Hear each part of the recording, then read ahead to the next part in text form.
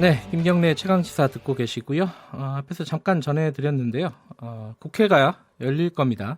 자유한국당 제외한 여야 사당이 임시국회 소집을 요구했고요.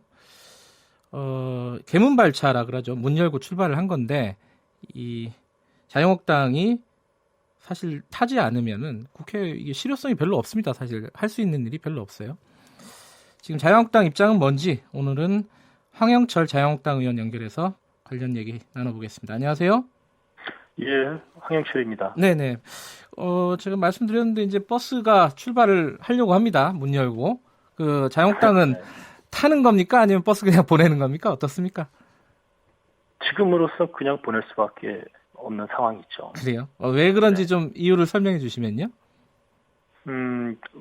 지금까지 국회 정상화를 위한 네. 여야 협상이 지속적으로 이루어져 왔는데 네. 결론은 아직 못 낸 상태고요. 네. 그래서 어쨌든 좀 더 진지한 정상화를 위한 협상이 완결될 때까지 네. 좀 더 기다려 주기를 바랬는데 네. 그렇지 않은 상황이 돼서 조금은 좀 아쉬운 상황이 되었습니다. 지금 자유한국당의 입장은 패스트트랙을 무효화하든지 뭐 사과를 하든지 이거를 이게 관철이 안 되면은 국회 못 연다 이건가요? 아직도 어떻습니까? 이제 그 문제가 제일 중요한 것 같습니다. 이번에 네. 국회 파행의 가장 근본적인 원인이 네.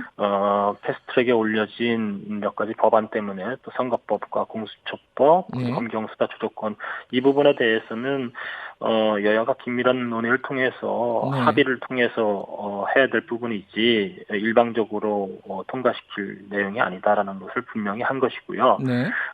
그래서 어쨌든 이 협상의 그 결론의 가장 그 기본적인 내용이 이 패스트트랙에 올려진 법안들에 대해서 네. 합의 처리하겠다는 그 자세가 분명하게 합의문에 담겨져 있어야 된다라는 네. 것인데 그 부분에 대해서 아직 결론이 못 내려진 것 같아요. 그리고 그것을 네네. 이후에도 합의 처리를 하기 위한 여러 가지 방안들에 대한 구체적인 부분에 있어서도 네. 아직 서로 합의를 못 본 것으로 보여지고요. 예. 근데 그 합의는 대략적으로 거의 의견 일치를 봤는데 또 하나 추가적인 어떤 요구 조건이 그 자유한국당에서 내놓은 요구 조건이 경제청문회를 하자. 요것 때문에 안 되는 거라는 보도들도 좀 있더라고요. 이거 어떻게 봐야 됩니까? 이거를 굳이 무슨 추가 조건이라든지 새로운 조건이라고 얘기할 거는 저는 아니라고 봐요. 네. 국회가 열리면 네.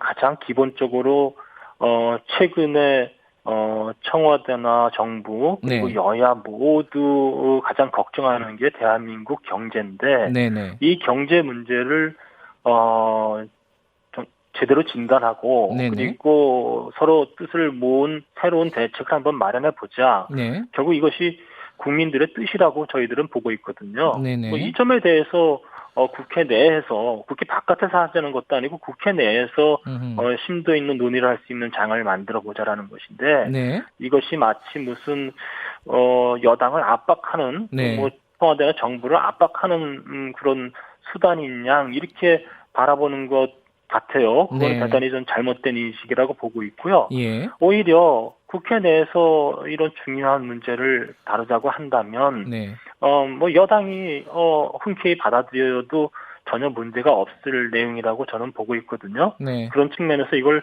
무슨 새로운 조건이라는 형태로 보는 인식이 저는 조금 이해가 되지 않습니다.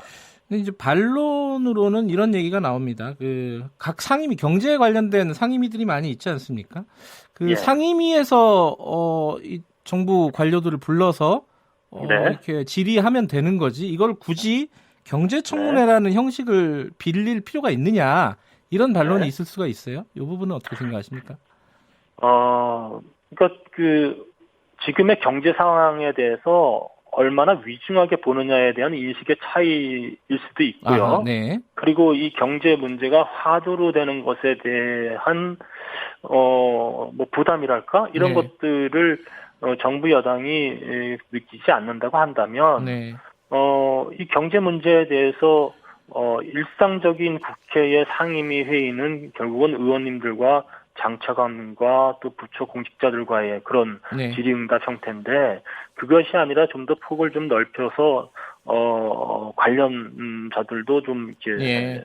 부르고 그리고 네. 또 현장에서 진짜 이 경제 문제로 심대한 걱정을 하고 계신 국민들이라든지 네. 뭐 이런 분들도 모셔서 정말 긴밀하게 논의하고 진단하고 이런 것들을 하는 것은 네.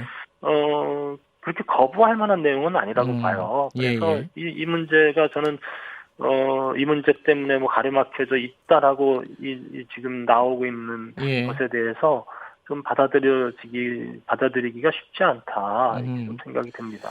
어제 의원총회 했잖아요, 자유한국당. 네, 네, 분위기가 어땠습니까? 그러니까 일부에서는 그 일선 의원들은 국회에 좀 들어가야 네, 되는 거 아니냐 이런 여론도 있다라는 얘기도 있고 아니다. 네, 굉장히 뭐 대부분 다 되게 강경한 지금 노선을 얘기하고 있다라는 얘기도 네, 있는데 실제 네. 분위기는 어땠습니까? 그 언론에서 알려진 대로 네. 이제 국회 정상화를 우리가 무조건 예. 하자라는 의견을 가지시는 의원님들이 계시긴 계세요. 예. 그것은 사실인데 네. 어제 의총을 열은 이유도 네. 이런 여러 가지 의견들이 있기 때문에 네. 우리 허심탄회하게 다양한 의견들을 의원총회에서 나눠보자라고 해서 열린 건데 네, 네. 다수의 의원님들은 현 지도부의 대여 투쟁 또 대여 협상을 지지하고 또 네. 거기에 힘을 실어주는 그런 분위기였어요. 예. 그렇기 때문에 일부의 정상화대한 그런 의견을 밝힌 의원님들도 계시지만 예. 자유한국당 현재 다수의 의원님들은 지도부의 대여 투쟁에 힘을 실어주고 있는 상황이다. 이렇게 보시면 될 것 같습니다. 어제 의총의 알겠습니다. 결과도 그랬고요. 예. 그런데 이 자유한국당 입장에서는 좀 부담스럽지 않을까? 왜냐하면은 추경 같은 게 지금 경제 상황이 어려우니까 좀 시급하다 이렇게 지금 청와대나 여당이나 계속 얘기를 하고 있는데 이게 네. 국민들 여론이 아니, 국회 네. 열어서 추경도 뭐 고칠 거 고쳐갖고 빨리 통과시켜야지 뭐 경기 활성화나 이런 것들이 되지 않을까라는 여론이 분명히 있습니다. 이 부분 좀 부담스럽지 않으세요? 자유한국당 입장에서는? 국회를 열지 못하고 국회 네. 내에서 논의를 하지 못하는 것에 대한 부담은 네. 자유한국당뿐만 아니라 모든 국회의원이면 똑같이 느끼고 국민들한테 죄송스럽게 생각해야 되는 일이라고 봅니다. 예. 추경과 관련돼서는요. 네. 이미 이 추경을 면밀하게 분석해 보면 네. 이 추경이 과연 지금의 위기 상황을 타개할 수 있는 내용이 담겨져 있는가에 대한 근본적인 인식의 차이가 좀 있는 것 같아요. 저희 자유한국당에서 분석하기로는 네. 이번 추경은 첫 번째로는 재난 추경이라고 했는데 네네. 이 재난에 대한 대책으로서의 실효성도 크게 담아내고 있지 못하고 있고 네네. 또 경제 활성화를 하기 위한 근본적 대책들을 담아내고 있지 못한 내용으로 예. 저희들은 분석하고 있습니다. 그렇기 때문에 일단 이 추경의 실효성에 대해서 문제 제기를 하고 있고요. 예. 정부 여당이 마치 이 추경이 통과되면 경제가 굉장히 경제에 긍정적 효과를 미칠 것으로 저희 자유한국당을 압박하고 있는데 네. 이 부분에 대해서도 동의하기가 어렵습니다. 이인영 민주당 원내대표가요 인터뷰에서 네. 이런 얘기를 했습니다. 지금 국회 파행 관련해가지고 황교안 대표의 가이드라인 때문에 지금 자유한국당이 움직이지 못하고 있는 거다 이런 문제 제기를 했습니다. 이거 어떻게 생각하십니까? 황교안 대표가 가이드라인을 제시하는 분이 아니에요. 지금까지 네. 우리 당내 논의를 하는 과정에서 또 의원총회를 하는 과정에서 네. 황교안 대표가 의원님들에게 어떤 심리적 압박이라든지 네. 뭐 이런 것들을 주는 발언을 하신 적이 없으시고 네. 그렇기 때문에 이거를 당 대표의 가이드라인 때문에 자유한국당이 이렇게 움직여지고 있다라고 보는 것은 자유한국당의 다양성이라든가 민주성을 대단히 훼손시키는 발언이라고 생각하고요. 예.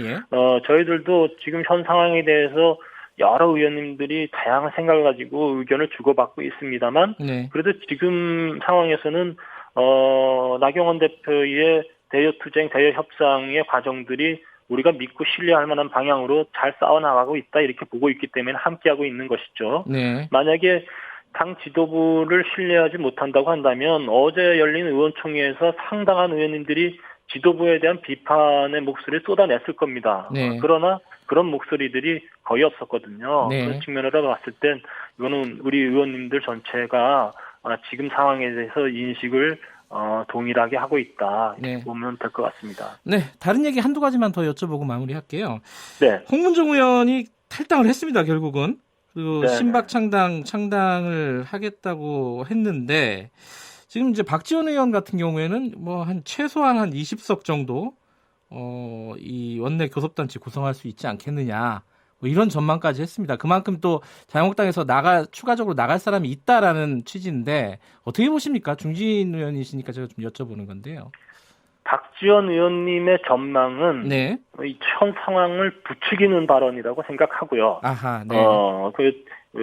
지금 저희들 입장에서 봤을 땐 결국은 정치 발전적인 측면에서 봤을 때 네. 보수 대통합이라는 큰 명제를 실현해야만이 정치 발전을 이뤄낼 수 있다라고 보고 있고 그 예. 과정으로 가고 있거든요. 네. 그런 측면에서 봤을 때 홍문종 의원님의 탈당과 소위 말해서 이제 박근혜 대통령을 인물 중심의 정치 세력이 만들어지는 것은 네. 앞으로 우리 보수 진영에 있어서는 대단히 안타까운 상황이 이루어질 거라고 보고 있고요. 예. 그런 측면에서 봤을 때 지금 이 상황들을 좀 슬기롭게 잘 해결해 나가고 그리고 우리 자유한국당 중심으로 보수 대통합을 이뤄내기 위한 뭐 새로운 개혁이라든지 쇄신이라든지 네. 또 중도 보수층을 끌어안기 위한 그런 노력들을 더욱더 세심하고 또 가열차게 좀 해나가야 되지 않을까 이렇게 네. 생각합니다.